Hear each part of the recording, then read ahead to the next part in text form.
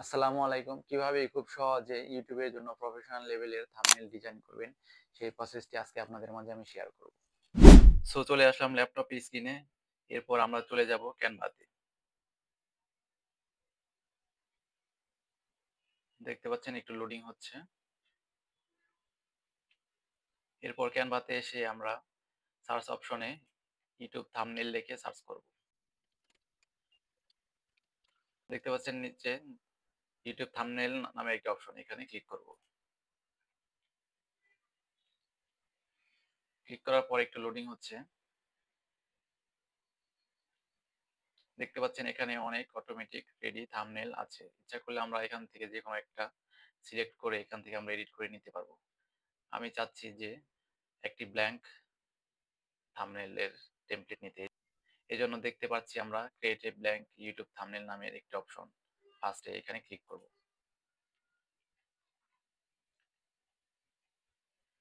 Click করার পর থাম্বনেলের সাইজে একটি টেমপ্লেট চলে এসেছে।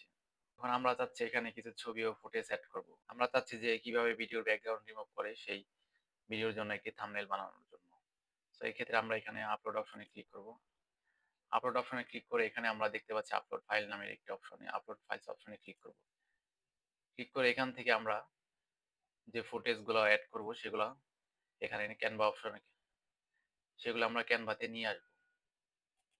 দেখতে পাচ্ছেন আমার ক্যানভাতে আগে নিয়ে আসা ছিল। সো এই ক্ষেত্রে আমি এখন চাচ্ছি যে আমার থাম্বনেইলের ব্যাকগ্রাউন্ডটি চেঞ্জ করার জন্য। এক্ষেত্রে এখানে দেখতে পাচ্ছেন ব্যাকগ্রাউন্ড কালার নামে এই অপশনে ক্লিক করব। ক্লিক করার পর এখানে কালারের অপশনগুলো চলে আসছে। এখান থেকে আমি যেকোনো একটি কালার চয়েস করে নিব। তো এক্ষেত্রে আমি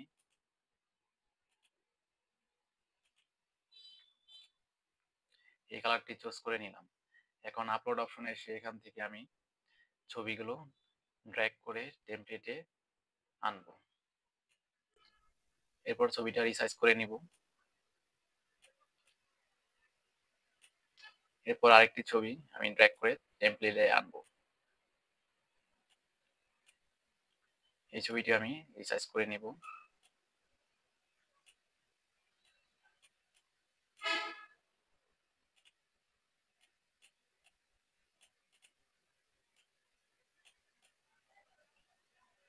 ওকে, পিকচারগুলো আমাদের রিসাইজ করা হয়ে গিয়েছে। এখন আমরা এখানে লিখবো। লেখার জন্য এখানে টেক্সট অপশনে ক্লিক করব। টেক্সট অপশনে ক্লিক করার পর অ্যাড এ টেক্সট বক্স এই অপশনে ক্লিক করব। ক্লিক করার পর দেখতে পাচ্ছেন এখানে টেক্সট লেখার অপশন চলে এসেছে। আমি এখানে ভিডিও ব্যাকগ্রাউন্ড রিমুভ, এটা আমি এখন সাইজ করে নিব। এখানে একটু ভুল হয়েছে।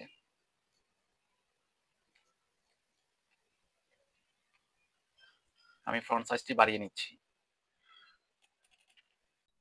এবং এখানে দেখতে পাচ্ছেন টেক্সটের অনেকগুলো ফন্ট আছে, এখানে ক্লিক করব। এখান থেকে আমি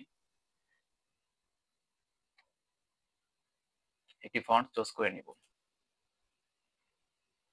এরপর ব্যাকগ্রাউন্ড কালারের সাথে এটা অনেকটা মিশে গেছে। এক্ষেত্রে আমি টেক্সট কালারটি চেঞ্জ করে নিচ্ছি। টেক্সট কালারটি হোয়াইট করে নিচ্ছি। টেক্সট কালারটি হোয়াইট করে নিলাম যাতে আমার ব্যাকগ্রাউন্ডের সাথে সুন্দরভাবে অ্যাডজাস্ট হয়। এক্ষেত্রে আমি আলাদা আলাদা করে নিলাম।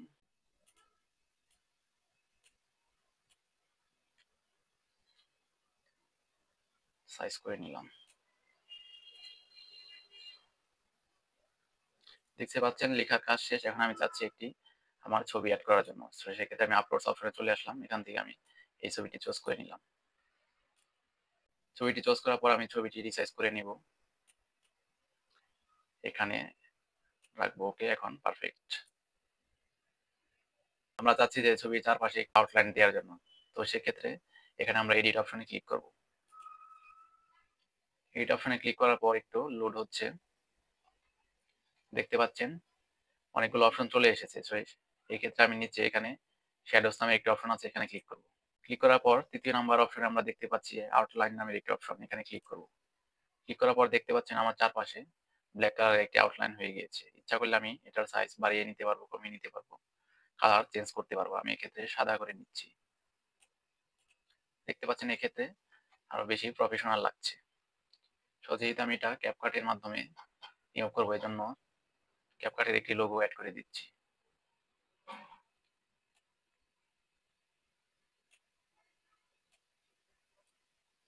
ওকে, পারফেক্ট। দেখতে পাচ্ছেন আমার একটি প্রফেশনাল থাম্বনেল ক্রিয়েট হয়ে গেল। আশা করি ভিডিওটি ভালো লেগেছে। ভিডিওটি ভালো লাগলে চ্যানেলটি সাবস্ক্রাইব করুন।